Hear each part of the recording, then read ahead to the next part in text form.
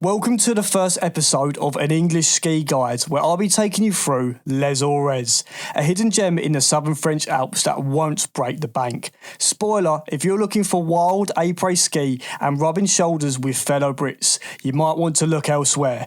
But if you want authentic French skiing without remortgaging your house, stick around. Before we dive into Les Orres, let me quickly run you through how our rating system works. I'll be scoring each resort across 10 key categories, with each one getting a mark out of 5. That gives a total possible score of 50 points. Let's kick things off with mountain infrastructure. Les Orres is small but perfectly formed. There are only chairlifts and button lifts here. No fancy high-speed gondolas, so prepare for a more relaxed pace. Everything leads back to Les Orres 1650, which basically is the heart of the resort, making it nearly impossible to get lost, even after a few too many vineyards. The interesting part is I visited in mid-March, which turns out to be their heaviest snowfall period. Being part of the Southern Alps with northwest facing slopes creates this little microclimate that keeps the snow in brilliant condition. We had buckets of the stuff, so much that some runs weren't even groomed and others were closed despite having half a metre of fresh powder. The green runs are a bit of a laugh. Run 3 especially is lovely, but don't be fooled by the colour coding here. Some of these greens high up in the mountain would give a beginner a heart attack.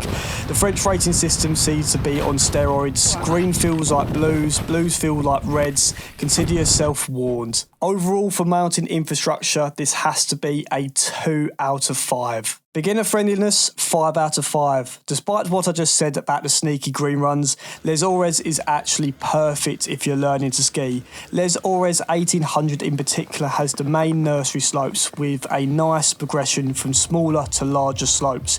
You can even ski pretty much the whole resort on green runs if you fancy it. The ski schools look decent with plenty of lessons happening, though I didn't try them myself. If you're in Les Orres 1650, getting to the beginner areas in 1800 might be a bit tricky if you've never clicked onto skis before, but a couple of lessons should sort you out. There's also a free bus between the areas if you don't fancy the challenge. Advanced terrain, 2 out of 5. For the speed demons and powder hounds, Les Orres probably won't get your heart racing. There are a few black runs near the top that offer a decent challenge, especially when they get mogully. The reds can catch you off guard too. When properly groomed, the runs are wonderful, with options to navigate all over the mountain. There's a button lift that takes you right to the summit where you can choose which sides of Les Orres to ski down. My personal favourite was a lovely rolling blue run that can take you all the way from top to bottom. Off-piste options exist. If you are a climatised skier, be prepared to ski the whole mountain in around 3 hours. There isn't really too many options here.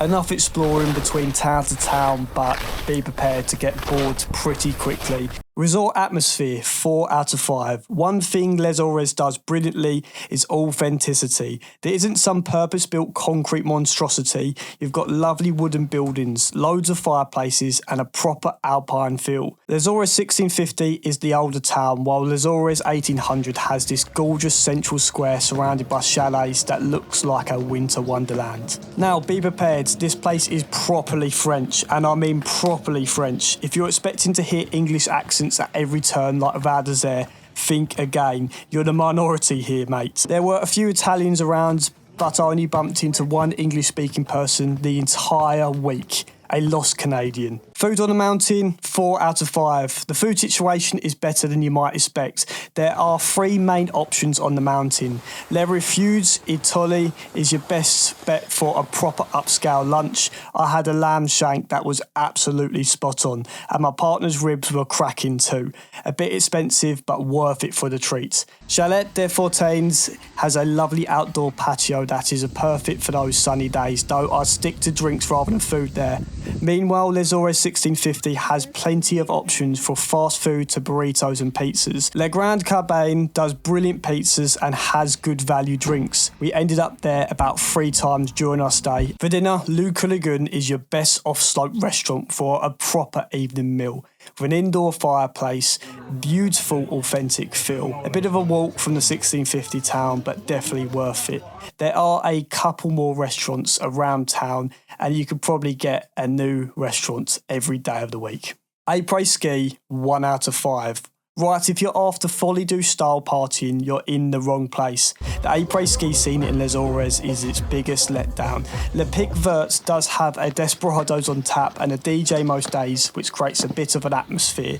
But at the end of the day, it's full of French people, so don't expect to mingle too easily. Les Orres 1800s apparently has a spot with a DJ that gets packed with the French crowd, and Le Grizzly is a local nightclub, though I never made it inside. Weekends do liven up a bit, so if you're desperate for some action, time your visit accordingly. But honestly, bring a good book or download some Netflix, you'll need it. Family friendliness, 4 out of 5. If you got kids, Les Orres is actually a brilliant shout. There is rock climbing, ice skating and plenty of other activities beyond skiing. The gentle learning areas are perfect for the little ones, and the compact nature of the resort means you're never far from where you need to be. The overall vibe is relaxed and safe, making it ideal for families who want to focus on skiing without the rowdy elements you might find in bigger resorts. Off-mountain infrastructure, 3 out of 5. Getting to Les Orres is a bit of an adventure. We drove from Turin, which is about 3 hours away, on some properly twisty mountain roads. If you get car sick easily, maybe book a taxi or close your eyes for this bit. You'll need to be a confident driver.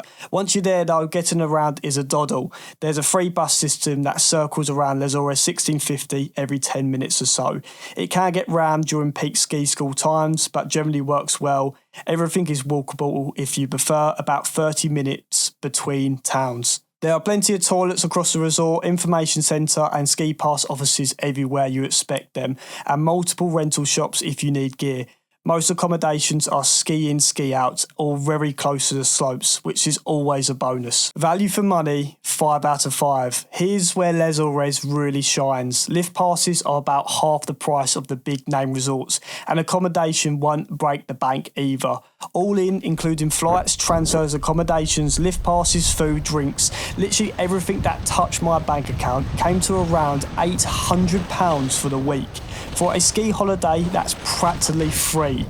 If you're self-catering like we did, there are plenty of affordable options for eating out or grabbing groceries. The price to experience ratio here is unbeatable, especially if you catch that March snow. The English experience, 2 out of 5. Fair warning, you won't get very far with English only. Most staff understand a bit, but they usually fetch the colleagues with the best English to help you out.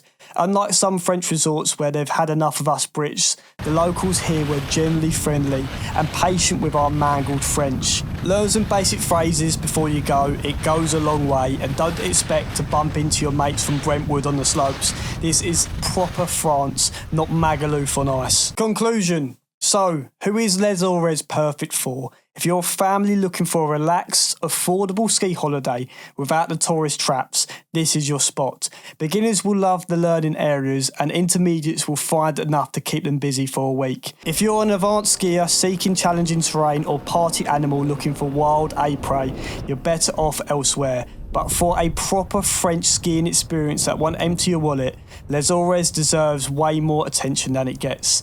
That's a solid 33 out of 50 on the English Ski Guide scale. Not too shabby for a resort you've probably never heard of. Next time, if you're thinking of remortgaging for Courchevel, maybe give Les Orres a look. Your bank account will thank you, even if your Instagram followers might not recognise the name. Until next time, this has been an English Ski Guide to Les Orres. If you own a resort or chalet, please get in contact. I wouldn't mind a free ski holiday to make a video just like this on yours. Bit of a long shot, but may as well put it in there. See you next season.